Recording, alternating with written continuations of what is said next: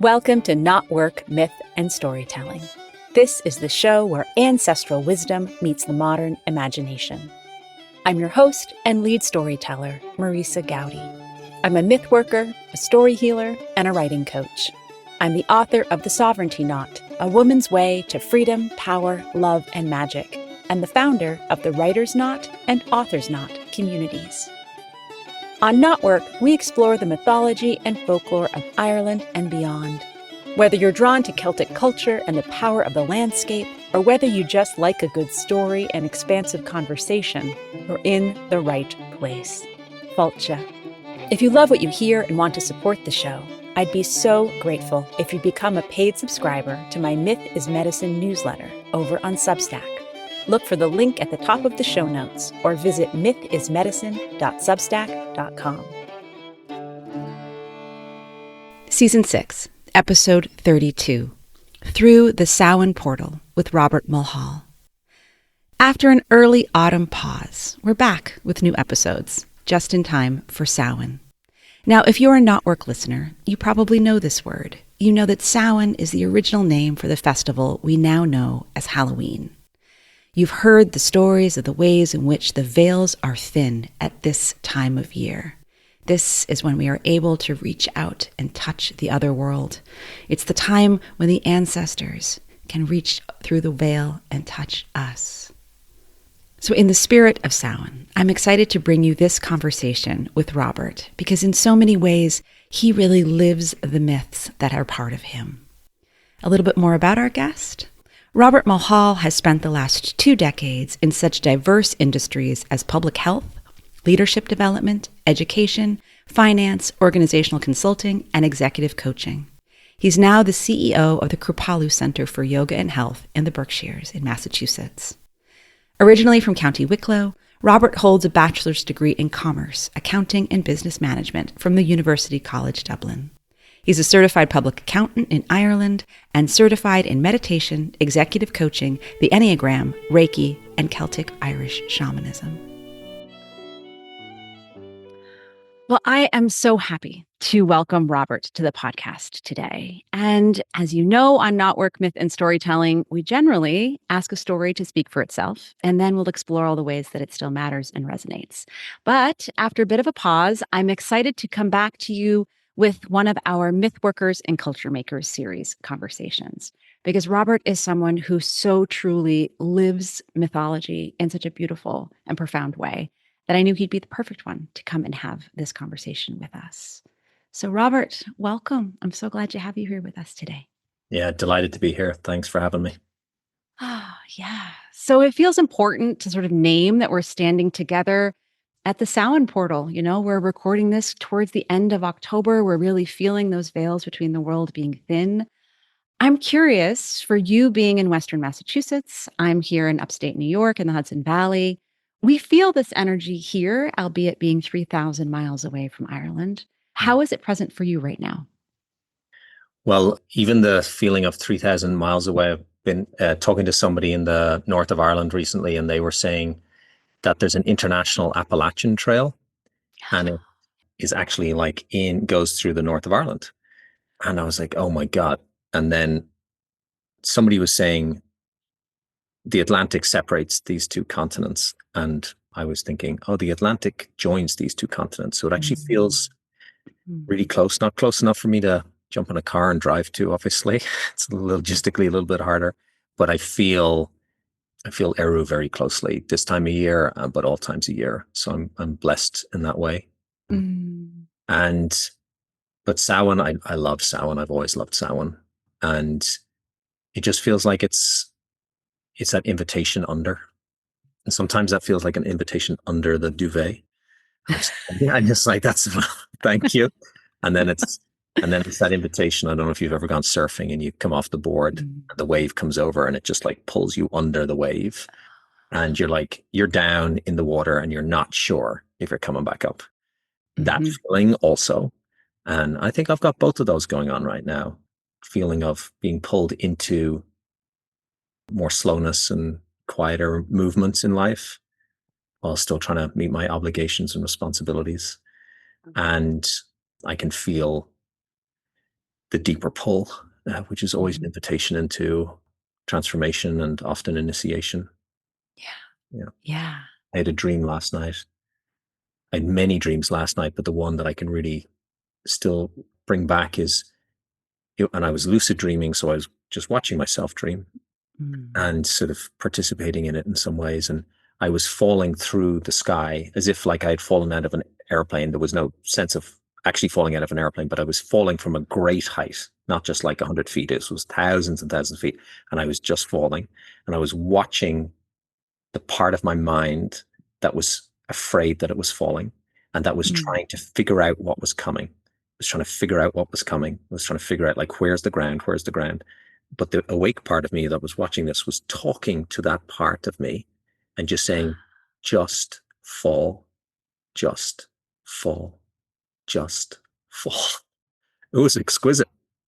I think I was doing like Wow. therapy to myself in some way last night. It was incredible. Yeah.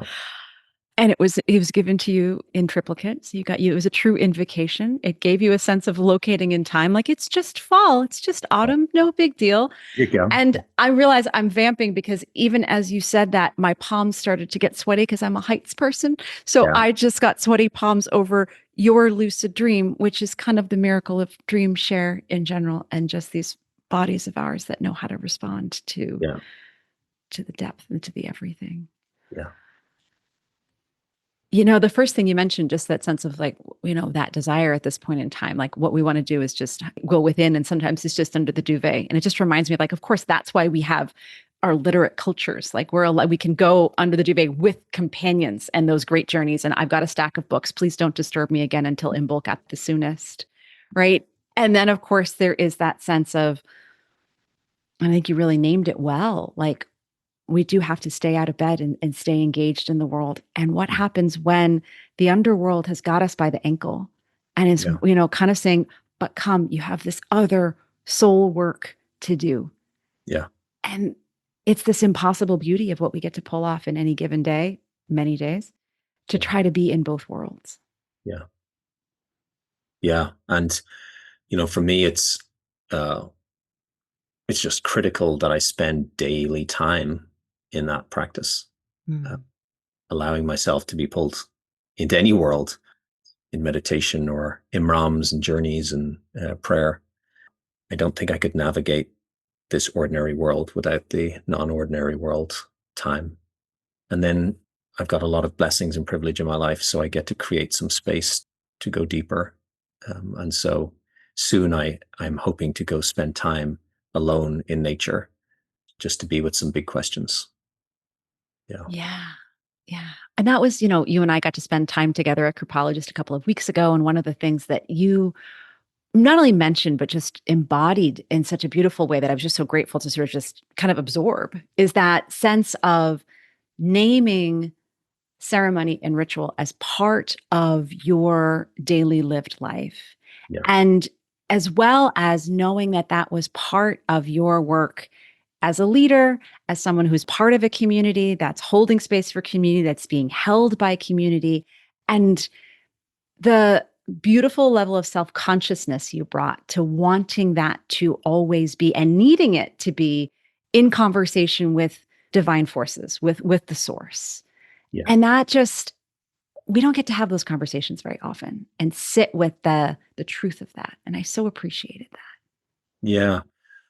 I grew up in Ireland, obviously, born in Kilwanton and Wicklow, and I had a very different sort of upbringing where I was exposed to broader spirituality than sort of the Catholic Church in Ireland. And so that meant I was kind of out spiritually Mm-hmm. amongst my friends, and they all thought I was different and or weird. But I guess I got to be a bit of a pioneer around what it's like to be sort of out in my spirituality. And when I moved to New York back in 2012, I remember being on a rooftop and somebody came up to me. It was like some fun rooftop barbecue that I don't get invited to anymore. And somebody said, they came over and sort of whispered to me and they said, I heard you meditate. And I was like, why are we whispering? And they said, well, do you meditate? And I said, yeah, I meditate. And they said, oh, I do too. And I said, I still don't understand why we're whispering. And they said, well, nobody knows that I meditate. I said, what? do you think they'll like not be friends with you? And this was 2012 when, Yeah. there was a lot of people meditating globally, but in westernized world, not a lot. And then this happened a few times. I said, oh, there's all these people that are like sort of shy about their spiritual practice Mm-hmm. because society isn't giving us permission and we're not taking that permission. And I understand currently, historically, why we're shy about claiming our spirituality, especially if it doesn't fit into the mainstreams. Mm-hmm. And so myself and a few friends started an organization in New York called Friends with Spiritual Benefits. And That's we really would meet great. once a month in someone's apartment, and it would be meet for 2 or 3 hours, and we would just explore different aspects of spiritual practices. And somebody would come and lead a guided meditation, or somebody would come and lead something else, creative Mm-hmm. expression, whatever it was. And it was great. And all these people got to be like having these conversations. And I think people are really thirsty and hungry for it. They're, Yeah. yeah, just there's such a poverty of it in our media, in our economic system, in pretty much everything. Um, Mm-hmm. so yeah, I love to keep talking about it Yeah. as much as possible. Yeah. And especially because we know that so much of our worldviews are ruled by the algorithms, and without getting into this, a very boring conversation in some ways, but it's also just, it is still that sense of the lens through which we view the world. I have to remind myself of like, oh, wait, not everybody's thinking about this stuff all the time. It's just that I've trained the robots to feed me that. And that's pretty much all they think that I want. And it ends up being those constant moments of, well, I've told this story on the podcast before, I'm sure, but my very first blog was called The Girl Who Cried Epiphany, because Mm-hmm. it was this idea of rediscovering something you already knew and having to discover it again for the first time. But again, it's in this conversation of, right, just though we may surround ourselves by the certain folk who consume the same media, who are into the same stories, who go to the same retreat centers, there's that recognition of there's so much further for the stone to ripple out. Yeah, And I'm yeah, constantly struck by that because you can see the poverty at the cultural level at some way, in some ways, but then you're also with so many, at least in probably our immediate circles of folks who are well fed spiritually.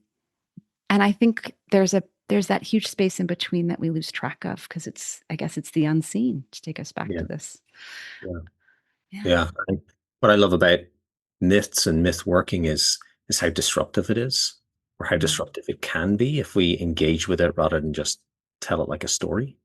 Yeah. Um, and I often think about what's the what's the personal myth and how am I like disrupting my own myth or my own story. And yeah, I think that's a big part of this work as well. And I think it's a big Mm. part of the sort of Irish way of approaching life is there's a natural disruption to things. Mm. Too much order is sort of unacceptable. And like Yeah. Samhain's so beautiful for that, right? It's the time when society has that permission to be chaotic, to be Mhm. upside down, to be turned inside out, for things not to make sense. And God, our ancestors knew something. They were like, we need Mm. that expression. And if we don't have that expression, then we'll be too maybe binary or too linear, too Yeah. boxed in. And right, what you don't express, that doesn't come forward. That can really cause a sickness in us. Yeah. Oh, there's so many ways to go with this, but I think I want to ask you in terms of, what stories, what myths have shaped you either over many years or any stories that are really up for you right now that really feel as if they're present and shaping your consciousness, your experience? Ah, so many. I think about the Bhagavad Gita a lot Mm, and Arjuna and Krishna yeah. and this adamant that he doesn't want to fight. Mm, He doesn't want to cause harm. mhm, He doesn't want to kill his brothers and cousins. And his spiritual teacher, Krishna, is telling him that he must do his duty. mm. That's his spiritual work, is to do his duty. There's much more to it, but that there is liberation in doing your duty. Yeah, I think about that a lot in these times. What Mm, is my duty and service? mhm, And I grew up with this tension. I used to have this debate with my dad, who's crossed over, and because he would sometimes, I would sort of quote Jesus to him, and we'd go into like theological, spiritual dialogues with each other. But he would talk about some war that was happening in the world, and I would say, but Jesus would say, turn the other cheek. Mm. And he would say, but Krishna would say, do your duty. And you'd be like, I was like, and I've never married those two together. And so that is those myths together. It's almost like it's not just one. It's like Mm. when those myths those waters start to come together. Yeah. You get like the brackish water or the brownish water and the clear water, and they just haven't, inside of me, I have not found the place of reconciliation, which, to Mm. that point of myths can cause disturbance, can cause disruption. I think it keeps me in a healthy state of disruption. So I don't go into that Yeah. place of now I know, Right. because it keeps Yeah. me curious in every moment, in every circumstance. Yeah. Yeah. Well, it's like what Moriarty said about how we're meant to be harrowed by the myths, right? Right. Yeah. Yeah. And the salmon of knowledge is working me a lot. Mm. I got to spend time in August this year out west in the Burren, all over, but I was out in the Burren and went to Coleman's bed Mm. and spent some time in his bed in prayer, and then went up behind to the hazelnut forest. And I'd never sat in a hazelnut forest before. Sat in so many forests, and this was just beyond a divine experience. Mm. So close and so warm and so like otherworldly all at the same time. Yeah. So I can feel the hazel and the salmon working me from there, but not at a cerebral level. It's like at a cellular Mm. level that I don't even Yeah. know yet. And maybe in 7 years' time, I'll have a sense of it. How many more visits might it take back? Or is it enough to hold it in your heart? Like both things are true, right? Exactly.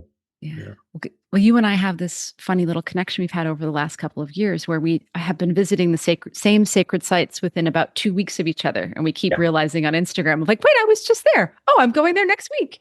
And I have unfortunately not made it to any hazel groves next, but I'm going to just continue to hope that 3 times is a charm. And I'm just going to keep following you, a little while later on the same journey. Yeah.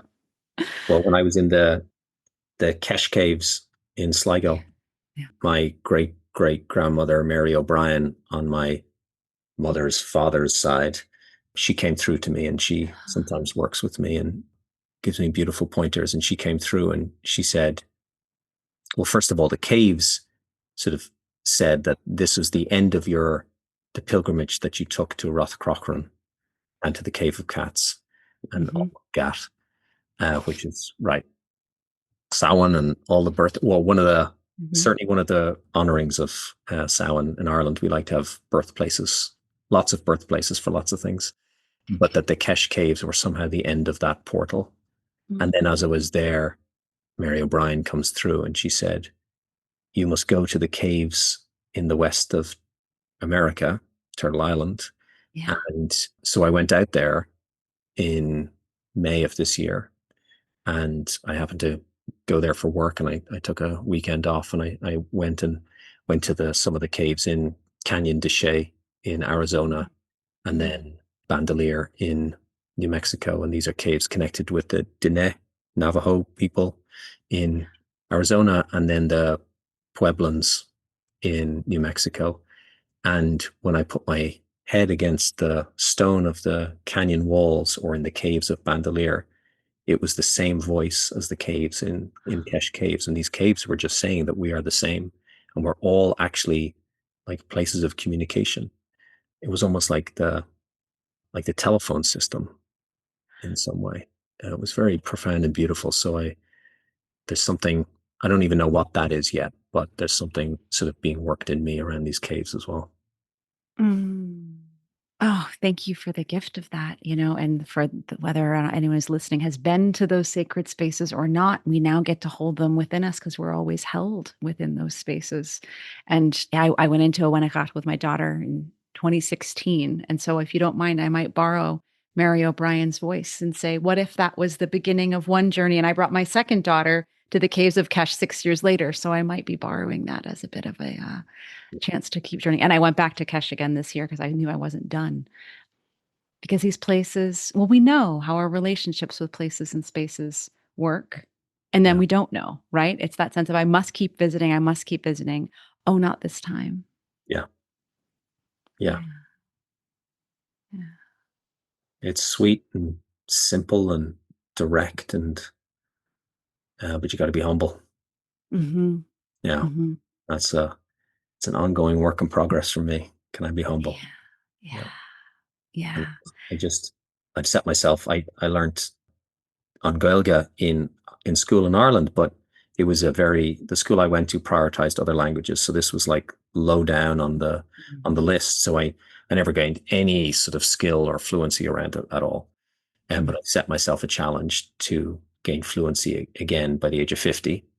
So it's a generous timeline, but Mm-hmm. just every day working through it. And with Moncon passing over recently, I was reading something, and it said that I believe it said that there's no verb to know in the Irish language. You can't know something the way you know something in English. And it's like we can say I understand and all of these, like Higham or Right. whatever, but to know Right. something in the same way that the way the English uses to know. And I'm sure there's some Gaeilgeoir that's going to be like, that's not correct. But again, we don't let the truth get in between us and a good story. Okay. So there was something about that I was like, oh, that's so true, that there's like, even when I'm with Irish people, there's like Mhm. there can be a deep certainty, but there's usually, even though we can be stubborn as hell, there's just some space for not Yeah. knowing and not holding on to things so tightly. Do you think that's something around like a sense of relationship to the other world and that sense of knowing that culturally the unseen is so nearby? I think it's definitely about that, but I also think it's about this world. Like, what's the weather going to be like today in Ireland? I don't know. Just wait. And Right. how the language is so connected to the elements and to the nature that it was spoken on. And yeah, so I think it's as much about the other world as it is this world. That there is an Mhm. uncertainty in Ireland. Like there's just an uncertainty in it. And there's Yeah. been uncertainty in its history for such a long time. There hasn't always been a clear path forward. I don't know if maybe we have just a sense of an illusion of a bit more of a clear path forward now, but probably not in reality. But that Mhm. sense of allowing ourselves to not know, like the other way of saying that is that we just invite the mystery Right. and spirit. Right. We invite dia bandia into the conversation, spoken or not, in some Mhm. way in Ireland. Like I love it. You go to somebody and say, "Do you believe in the spiritual world or the spirit world?" And they're like, "No, Right. no, no, no, no." And you go, "Okay." You go down, cut down that hawthorn tree, and they're like, "Absolutely not." Absolutely not. Yeah. And you're Right. like, okay, so what's in it? Is it just superstition? What's underneath that superstition? Is usually Mm. some ancestral cellular sense of not, don't do that. Yeah. Yeah. Yeah. Yeah. And when you put it that way, I think I realized how much I learned that by going over and adopting Ireland as as my heart's homeland. Yeah. Because, we live in a place here, being in Turtle Island, being on colonized land, like that uncertainty ought to exist in this place in the same way. But as, part of the white settler class, it is taken that sense of unknown is taken for granted and obliterated because of course this history is a history, it's all written and it is what it is. And Yeah. that certainty is part of an American identity that is, once you start to point it out, it can feel a bit uncomfortable. Yeah. Oh yeah, sure. Look, the westernized, which is not exclusive to the United States of America at all. Sometimes they just sort of make it bigger. Um, Louder. yeah, more pronounced maybe. Mhm. But if you don't hold on to, if you don't have roots, if you have forgotten your roots, then you've got to control. And Mm. certainty is control. That's to Mm. give it. That's my thinking on it. And so we have to take away the mystery. We have to take away the not knowing. There's no space for it. And, Yeah. the United States of America right now is deeply divided. And that division is based on knowing. Mhm. I am right, you are wrong. Mhm. I am this, you are that. Mhm. And, Ireland's obviously had a lot of history of separation and division, but we found a way. We found a way Yeah. to like collapse that just enough for there to be some peace, certainly at a political level. And Mm. I think that's maybe because enough of us didn't stop listening to the land, didn't stop listening to Mhm. the waters, didn't stop listening to the trees and the stones. Yeah. Yeah. Yeah. And the indigenous Native Americans on Turtle Island, this is what they've been trying to tell everybody, tell all of us the whole time. And Yeah. this is where the humility is. They are so clear that humility is a deep part of walking with spirit. Mhm. Any of the beautiful folks that I've been able to speak with, and westernized spirituality doesn't have that same humility at all. Right. Yeah. Right. And it's very Right. much an an individual game of healing, an individual process of perfection, Mhm. which is Mhm. just painful ultimately, lonely and painful. Yes, 1,000 times yes, and I so appreciate that coming from you as someone who's so at much at the heart of a space where people go to practice self-care and have self-realization, and yes, it's held within community, but the paradox is so very present in our wellness worlds as they've been constructed in the 21st century, and there's so much good there, and there's shadow. Yeah.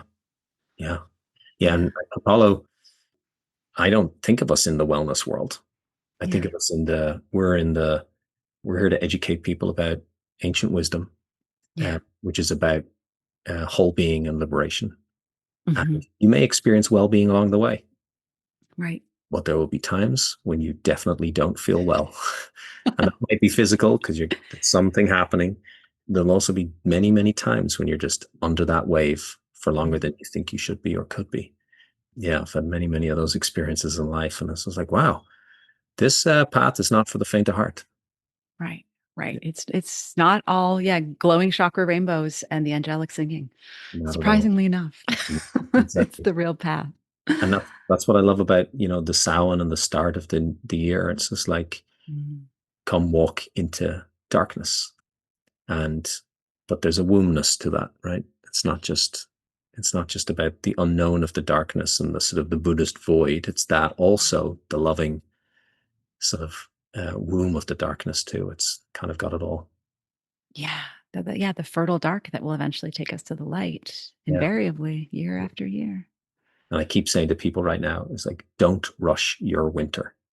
Yes. Even if that doesn't align with what the weather and the seasons are doing right now, just whatever winter you're in, don't rush it. Mhm, Yeah. mhm. Yeah, which is radical in an age of global warming, isn't it? Right? We all Yeah. it's Yeah. rushing everywhere. Exactly.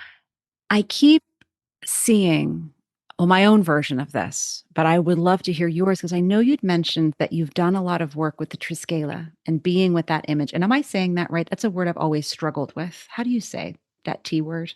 Well, the keyword, I am going to say it as Triskela, but Triskela. that doesn't mean I'm right. I feel like everyone has their own spin on it, which in a way is wonderful. We can be with Yeah. the unknown. But I've heard you mention in a couple different spaces and places that you've worked with that Yeah. symbol for a while. Yeah. And for some reason, that really feels present for me. And I wonder if we can explore that a little bit. Yeah. I spent many years working just with the spiral Mm, symbol and the flow of the spiral and continue mm, to. And then something started to happen. One of my journeys back home to be with family and to be with the time on the sacred sites. I was out by, the oceans, the wild Atlantic and the Irish Sea. And she was just calling me in a different way that I'd never been called before. mm, And I hadn't really spent much time like with her energy directly, spent more mm, time with the mountains and the rivers and the forests.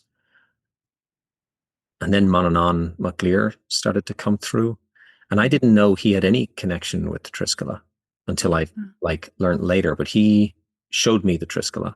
And then I was in ceremony and the Triskela started to come through very, very deeply. And I'd mm, always held these connections with different animals and sort of different traditions. And the Triskela started to show the trinity of all of these things that have been happening in my life all the time. And I, from a very young age, had a very deep connection with the puma and the mountain lion, just that energy and that archetype, like from the age of 6 in Wicklow. Can't explain. I can sort of tell you how I got there, but that just came in. The neighbors had a black cat? No. Yeah, no. Well, maybe actually, to be fair, but just close my eyes and that's all I would see. Mm, And I walked with that for a long, long, long time. mm, But then sort of the jaguar started to come through much, much more. And at the same time, wolf came through. mm, And then I was in a ceremony once and it just showed the three of them in this trinity. mm. Everything just kind of collapses for me with the Triskela. It's Yeah. like it takes out, it holds the yes and the no and the maybe. And this, what is it, the iter och, the sort of the other space. Like the Mm, Triskela has that in it for me. It's like you can mhm. have two pieces to it, but then there's this other space. Yeah. And is that something else, or is that the sort of the mystery or the dynamism or the space between them? And Mm, yeah, so it's, yeah, for the last few years, that one's been working me in this beautiful way and just mm, showing more and more of, I think maybe back to what we were saying a minute ago, of just this power of the sort of the inclusion and at the same time, just the not knowing. mm. Yeah.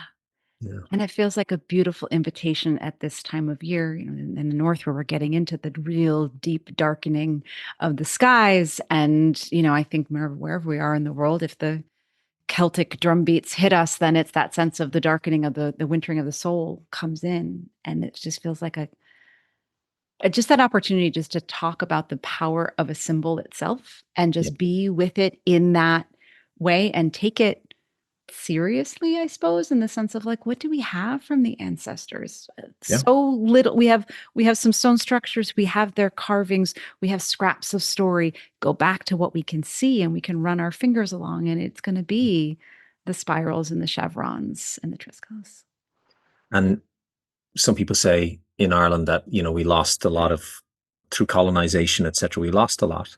And Mm, yes, and put your head against the cave wall in Sligo, or your back against an oak tree in Wicklow, or whatever it is. Climb Crochan Eagle, also known as Crowpatrick in the west. mhm, And mhm. there is nothing quiet about these places. And they're all Yeah, still, you can hear the songs, you can hear the wisdom and the direction. And I don't think that's new stuff. I think it's all old and ancient. yeah. And can we be humble enough to hear it and receive it? And then also be humble enough to write it down and trust it, to Mhm, say, this is true. I didn't learn it from somebody. I didn't learn it from a course. I didn't get certified in that. But can I mhm. trust my own experience Yeah, and be humble enough to check ourselves in that yeah, process and yeah. say, is there any whisper of sort of grandiosity in this? Yeah. Mm, Is this, yeah. am I actually just allowing the land to speak through me, or am I sort of co-opting that for my own gain? Am I using the story in order to prove the point? Yeah. It's something you just offered, and maybe it's a rephrasing, and maybe it's just another trinity of a tangent. But I'm hearing in that too is that, and it's often what I come to with myth work, is this sense of, well, there's the story as we have it written down to the best of our ability. That's the quote unquote truth, because it's what the redactors did and the scribes and the this and the that. And then there's that visionary sense of what comes through in when we're being unkind, we can call it that unverified personal gnosis. And when you're naming it, it really has that sense of transmission and soul language. And then it feels like perhaps there's that third way of how we can then draw it together with humility and openness and an awareness of what our roots are and what we can know in this world from the ancestors and what they wrote down and passed on, and then how we can weave that sort of trinity knot into the next offering and to ourselves and to whoever else is ready to perhaps receive it. Yeah, exactly. And you used the words earlier on around the like colonization and referencing that I live in Turtle Island, North America, and that's been such a journey. I've now Mhm. lived here, yeah, 13 years, Yeah. and which is wild. And when I came to the United States of America, I wasn't coming from a conversation. Ireland, they do a really good job of sort of Irish history and global history. So you understand a lot. And my parents, here's a confession. When my parents would leave the house sometimes, I would get my dad's Martin Luther King sermons book and then walk around the house speaking them out loud. And then like when my parents would come home, I'd like hide the book and pretend I was watching TV. I'm an unusual person. And so I knew more than most, Mm. but still knew nothing when I came here. And Yeah. and when I landed here, I started to hear a lot of folks saying European ancestry say, I'm an American mutt. And I would start to Mhm. cry. I can feel it now. Mm. I would start to cry. Mm. And they were like, why are you crying? I said, because you just told me that your lineage is German and Irish and French and Welsh and Lithuanian and whatever else. I said, Mhm. that means you're this like conduit for six Mm. cultures that are Mm. that have so much richness and beauty in them. Right. And that was like the first thing. I was like, wait, what is going on here? Mm.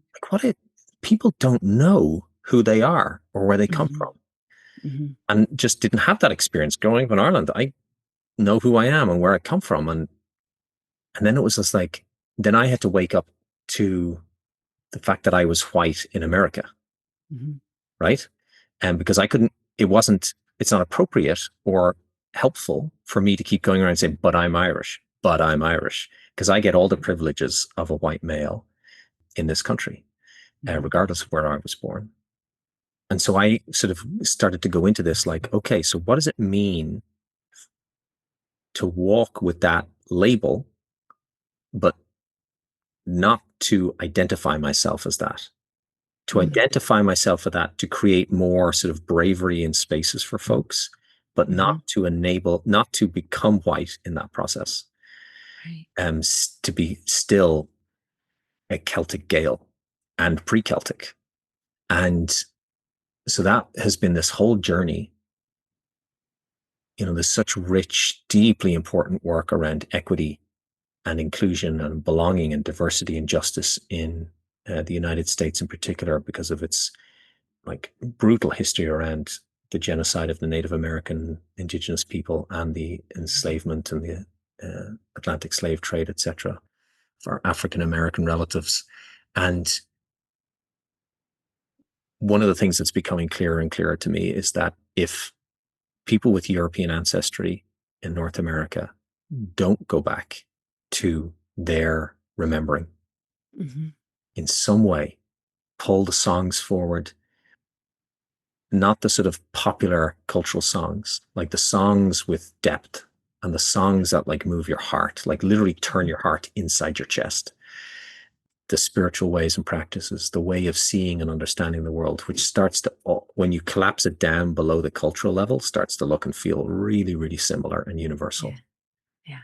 If we don't do that in this country, I don't think we're going to get the change and the peace that we need.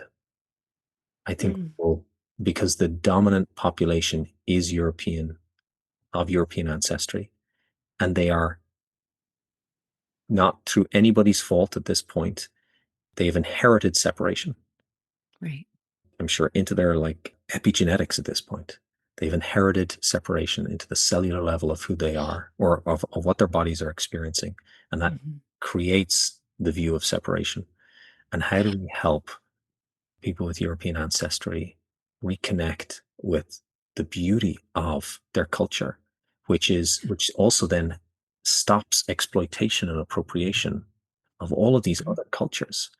And Yeah. I had the incredible privilege of doing some work with some folks from First Nations here in Massachusetts, and they were talking to them. And I said, one of the reasons European descended folks are obsessed with your culture is because they feel such a poverty in their own lives around it. Right. And there's something in them that goes, I remember something that felt Mhm. a little like this. And I'm so desperate for it because that's where the wholeness is. not from something that's missing that gets completed, but that wholeness gets remembered inside of us when we reconnect with our land and our rich spiritual ways. And I don't believe that there may not be people that are able to teach people. Like, there are places, Ireland, Scotland, Wales holds like a potency around of teachers and people that have carried this on, which is incredible considering the oppression and colonization that happened in those countries. But maybe we're like the luckiest of the oppressed to be able to have kept that going, or the stubbornest, or who knows. But there are other places. I'm sure you go to Switzerland, it's probably much harder to find. Probably much harder to, I can't speak like Spain. I don't know, but I'm sure. I just feel like Ireland's got a great reputation for it. Yeah. But even if there's nobody to do it, the land is there, and she'll re-educate us. Yeah. We just have to spend time on her with that intention, and these songs will come through. And to that point, if I can be humble enough to listen and receive, and then also humble enough to trust that that's what we're receiving is our ancestral ways again. And I think if we can do that in North America, something different is possible. Your lips to the mountain's ears, and your lips to the ocean's ears, and your lips to the eagle's ears, and to the ears of all of us who can hear in a new way and see with new eyes. Well, I don't think we can top that. That feels like the most perfect place to land our conversation. I feel like you both you spoke for so much of what I believe and expanded my understanding of what we're here to be and here to do and here to make and here to create and here to interweave. So thank you so much, Robert. Yeah, my absolute pleasure. Grateful. Gramil Maigat, thank you. Thank you for tuning in to Not Work, Myth, and Storytelling. Please subscribe and review the show on your favorite podcast platform, and do share this episode with other lovers of mythology and story. By the way, everyone is a lover of mythology and story, even if they've forgotten. Creating this show is a labor of love, and your support will help me continue to craft and share stories throughout this season and beyond. Please consider becoming a paid subscriber to my newsletter, Myth is Medicine, over on Substack, where you'll find new writing and conversations each week. You can find out more about my writing, my book, our online writing communities, as well as how to work with me as a writing coach at marisagowdy.com. Gratefully, I live, write, work, and record this podcast on the ancestral lands of the Munsee Lenape tribe, whose name means original people. Music on this show is performed by Beth Sweeney and Billy Hardy.